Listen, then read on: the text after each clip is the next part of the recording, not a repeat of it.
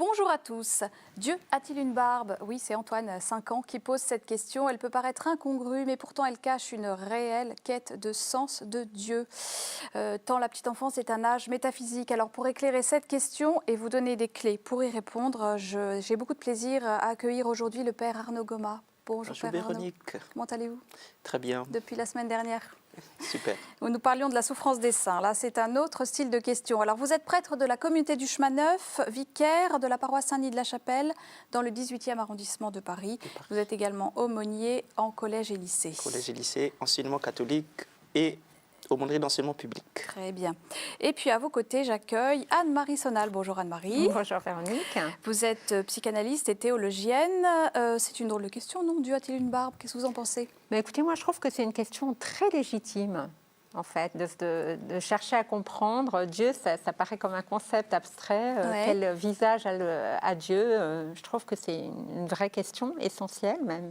Qui cache quoi, finalement, derrière? Qu'est-ce que Les vous enfants voyez tout petits, à cet âge-là, n'ont pas la capacité encore à symboliser. Donc ils se demandent, mais Dieu, est-ce que c'est une personne comme nous? Enfin, beaucoup d'interrogations à cet âge-là. Ouais. Oui, c'est la symbolisation, la représentation. Hein. Oui, ils ont du mal, ça ne vient que vers 6-7 ans, et puis après ça se développe. Mais, On va en parler voilà. dans cette émission. Hein. D'abord, on va regarder les enfants que Philippe a rencontrés. Ce sont des enfants de 9 et 10 ans. Il leur a posé cette question. À quoi Dieu ressemble-t-il? Dieu a-t-il une barbe? Regardez, écoutez. Dieu a-t-il une barbe? Quand je prie, j'imagine un peu Dieu et j'imagine qu'il a une barbe. Les représentations dans toutes les formes de Bible qui ont été éditées représentent Dieu comme étant un homme. Ou peut-être que Dieu, ça peut être une femme et un homme. Quelqu'un a-t-il déjà vu Dieu? Personne ne peut le voir, à part ceux qui sont au ciel.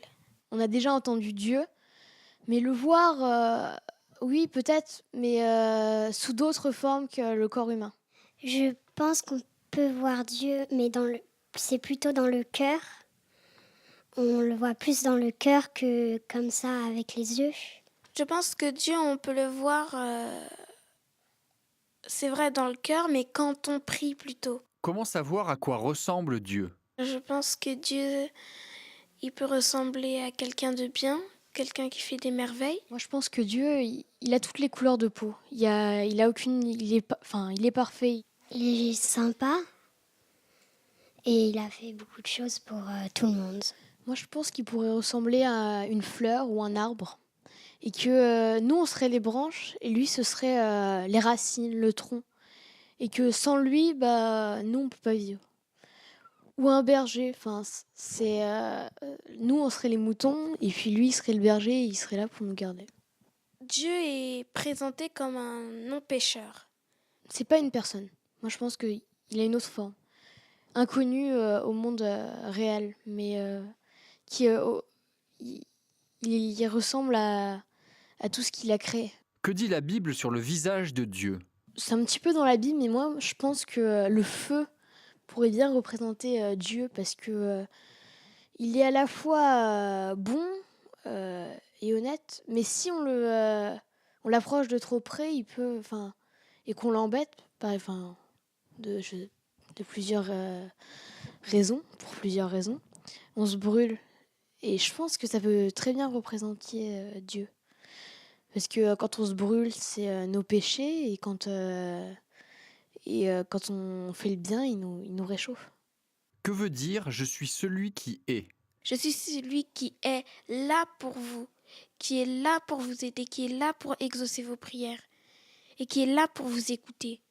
Je suis celui qui est, ça veut dire, ça forme le mot la paix, le partage, aimer. Je suis celui qui est. Ça voudrait dire je suis celui qui a créé le monde. Au fond, il est en nous. Donc, il est.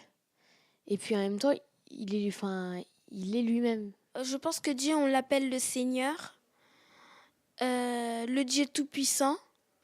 Et pour nous, c'est un Père. Donc on appelle Dieu le Père. Quelles sont vos grandes questions sur Dieu? Pourquoi on représente Dieu? Qu'est-ce qu'est la vraie définition de Dieu? Pourquoi Dieu, on l'appelle Dieu? Merci les enfants pour la beauté de vos réactions, vos témoignages et vos questions. Qu'est-ce que la vraie C'est- définition de Dieu, C'est Père très Arnaud? saisissant. C'est saisissant, hein? Ah oui, ah oui.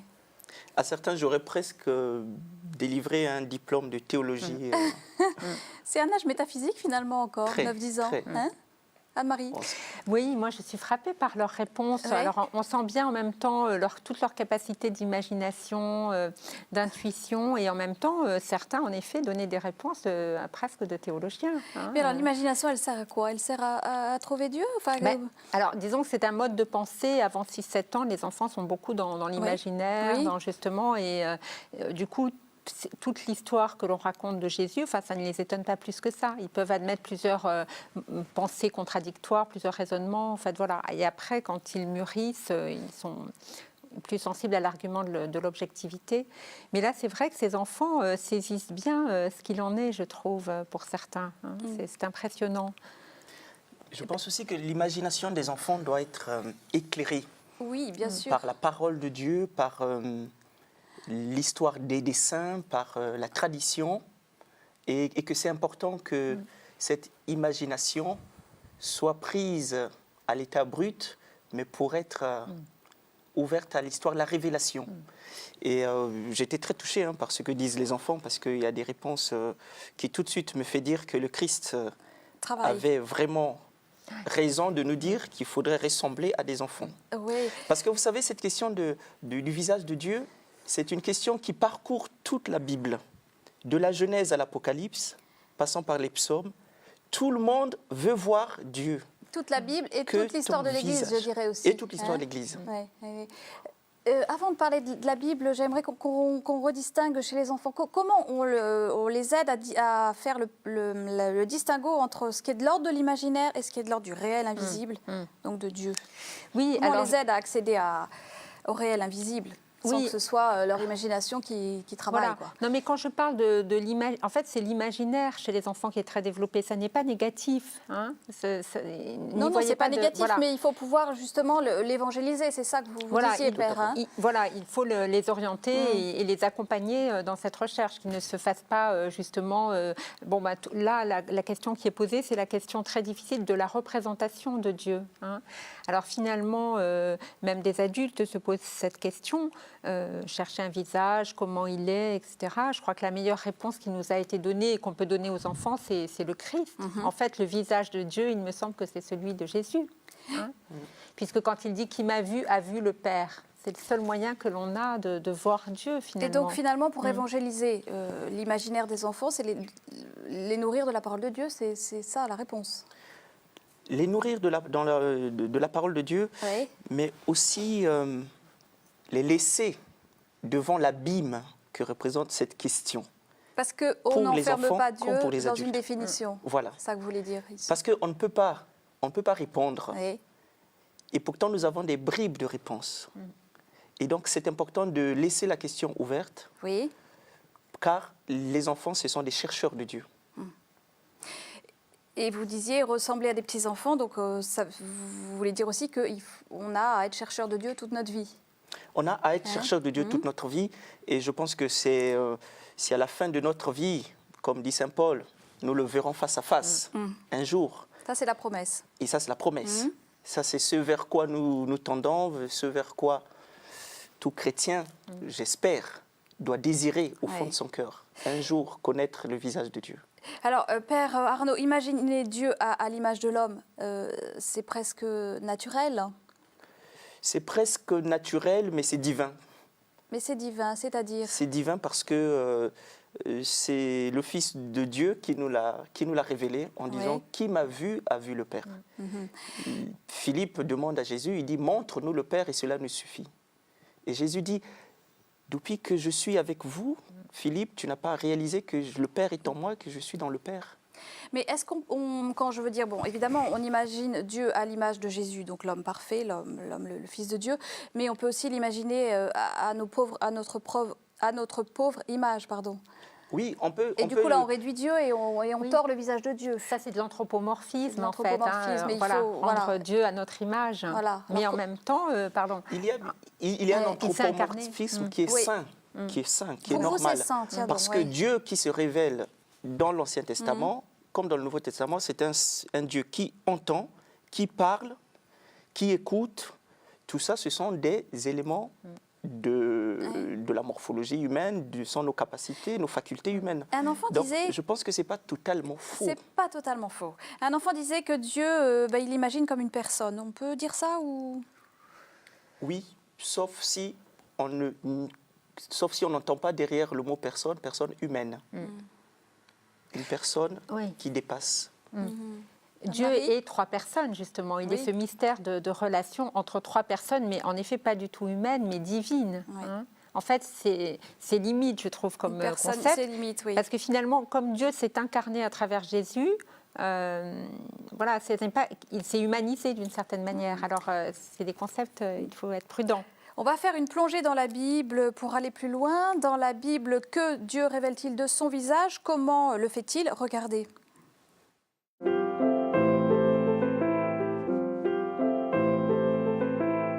Personne n'a jamais vu Dieu. Alors, comment savoir à quoi il ressemble? Qui est-il vraiment?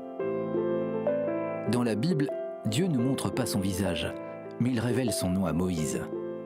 Du milieu d'un buisson en feu qui ne se consume pas, le Seigneur lui dit « Je suis celui qui est ». Il est le Dieu du ciel et de la terre, du monde visible et invisible. Il n'y en a pas d'autre que lui. Ce nom énigmatique indique qu'il est le Dieu vivant, l'au-delà de tout, mais aussi le Dieu intime, présent en tous. Il est le Créateur, celui que l'on reconnaît à ses œuvres et qui prend part à l'histoire du peuple hébreu. Plus loin, dans le livre de l'Exode, Dieu dit à Moïse « Le Seigneur a pour nom jaloux, ce qui manifeste la force de son amour. Cette jalousie révèle l'ardeur de la nature divine. Dieu nous aime passionnément. Tout homme indifférent à cet amour se prive de la vraie vie, et Dieu ne peut s'y résoudre. » Dans l'Ancien Testament, Dieu est à l'image d'un grand berger. Il conduit son peuple Israël, pour lequel il ne ménage pas sa peine. Aussi, dans le psaume 23, le peuple rend grâce à Dieu en proclamant « Le Seigneur est mon berger, je ne manque de rien. Il me fait reposer sur des prés d'herbes fraîches. Il me guide vers de bons sentiers, car il m'aime. » De son côté, le prophète Isaïe, pour décrire Dieu, utilise l'image du lien d'amour et de tendresse entre une mère et son enfant. Une femme oublie-t-elle son petit enfant? Demande Dieu. Même si les femmes oubliaient, moi je ne t'oublierai pas. En la personne de Jésus, Dieu se fait homme et se révèle comme un père rempli de tendresse pour ses enfants. À ses disciples, il enseigne la grande prière devenue celle de tous les chrétiens. Notre Père qui es aux cieux, que ton nom soit sanctifié. Il nous montre un Dieu à la fois puissant et humble, infiniment proche de nous. C'est un Père fidèle dont l'amour pour les hommes ne meurt jamais. L'évangéliste Jean raconte que Jésus s'exprimait ainsi. « Si vous me connaissez, vous connaîtrez aussi mon Père.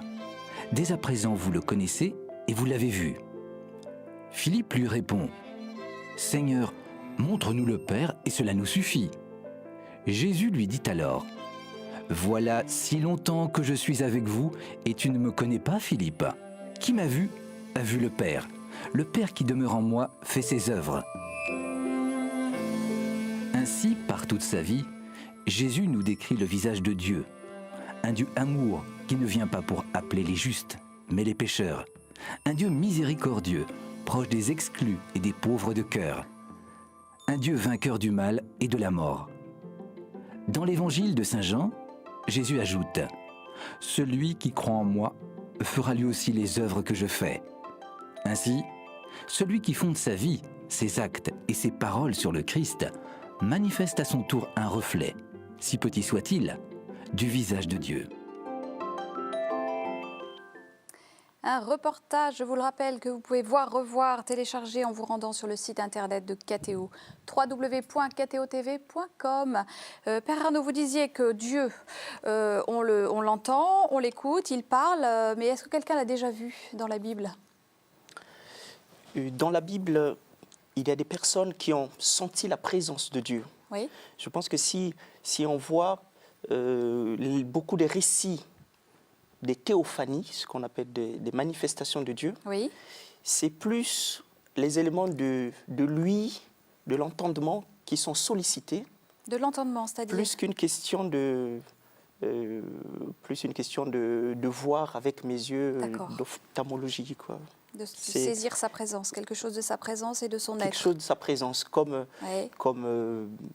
mais nous respirons de l'air, nous savons que l'air est là, qu'il est important pour notre vie, et pourtant on ne voit pas l'air, on le sent, on sent sa présence. Et je pense que les enfants peuvent comprendre ça, que Dieu est présent réellement en nous, mais qu'il n'y a pas un visage Comme nous, très formé, comme de moi, vous à comme moi. papa, comme maman, comme un ami peut en avoir un visage. Une jeune humain. fille disait dans le reportage, mais c'est plus avec le cœur qu'avec les yeux qu'on peut voir Dieu. Donc c'est un petit peu ce que vous... Tout à fait. Je suis totalement d'accord avec cette fille, Ouais. parce que beaucoup des manifestations de Dieu, finalement, ce n'est pas pour faire du voyeurisme, c'est vraiment pour parler au cœur de l'homme. Dieu est d'abord un Dieu qui parle, Oui. du début à la fin. Voilà. Ça, C'est Anne-Marie. un Dieu qui, en fait, Dieu, c'est la présence. Hein, quand Oui. je suis celui qui suis, c'est-à-dire vraiment, il est l'être et il est la présence. Donc, il parle de différentes manières. Et les enfants peuvent y être sensibles parce qu'ils sentent bien, les enfants, la qualité de la présence. Par exemple, quand leur maman leur fait réciter leur leçon, mais qu'elle est préoccupée par un souci, ils sentent bien qu'elle n'est pas vraiment présente. Et Dieu, c'est un mode de présence infini, absolu, en fait. Est-ce qu'un enfant est Auquel- plus sensible à ce qu'il voit ou à ce qu'il entend ? Alors, bon, il y a les êtres humains, certains sont kinesthésiques, d'autres sont plus axés sur ce qu'ils voient Oui. ou ce qu'ils entendent. Les enfants, je pense que c'est sur ce qu'ils voient, mais C'est peut-être pour ça qu'ils disent, moi je veux voilà. voir Dieu, je Voilà. veux le toucher. Ils sont concrets finalement. c'est très difficile d'aimer l'absent, en fait, hein, Oui. d'aimer quelqu'un qu'on ne voit pas, mais qu'on l'on perçoit différemment, quoi. C'est pour cela que je pense que l'apport de l'Évangile, où Dieu a pris un visage humain, est important et central. Plus que s'égarer dans des récits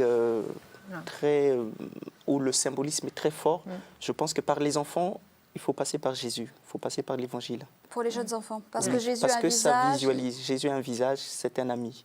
Récemment, j'étais dans un train et il y a une petite fille et c'est sa sœur qui m'a raconté qu'elle a pleuré parce que quelqu'un avait dit du mal de Jésus.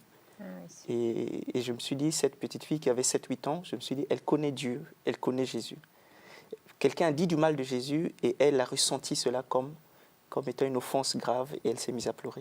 Je pense que les enfants ont cette sensibilité qui dépasse le visuel. Même si la question d'attaque peut être la question de chercher à voir, mais je pense que ce n'est pas voir qui est leur dernier désir. Leur vrai désir, c'est de ressentir dans le cœur la présence de Dieu. La présence, oui. Dans la Bible, vous parliez tout à l'heure de bribes. Dieu se révèle par bribes. Est-ce que vous pouvez développer ce que vous disiez ? C'est-à-dire que dans le reportage que nous venons de voir, Oui. nous voyons bien qu'il n'y a pas une seule image pour dire Dieu dans la Bible. Dieu se manifeste dans une infinité d'images. Une des définitions, quelqu'un, je pense, qui est vrai, qui disait « Dieu est un père qui nous aime comme une mère ». Mais il s'est manifesté aussi sous forme de feu, il s'est manifesté aussi sous forme d'ouragan, de Un vent. enfant disait ça, le feu. Il avait une belle image Oui, pour oui. définir Dieu. Bon, évidemment, c'est réducteur, c'est pas tout à fait juste, mais c'est une approche. C'est une approche. Ouais. Je pense que devant l'infini Ouais. du mystère, Dieu se manifeste différemment aux uns aux autres et que c'est toutes ces images-là ensemble qui peuvent nous parler, qui peuvent éclairer de qui on parle. Ces images-là ne sont pas réducteurs. Dieu n'est pas que berger, il n'est pas que mère portant son enfant, il n'est pas que père, Il n'est pas que feu que Moïse voit au buisson ardent. Dieu est infini. Et peut-être que le nom de Dieu est aussi difficile à déterminer, même si nous essayons un peu de se battre avec ce nom qui nous est Ils le révélé disent, hein, en Exode. pourquoi on appelle Dieu Dieu? Enfin, voilà, le Voilà. je suis qui je suis. Enfin, bon, ce nom, il est multiple. Enfin, Et rappelons-nous que les Juifs, par exemple, Oui. ne voulaient pas le prononcer.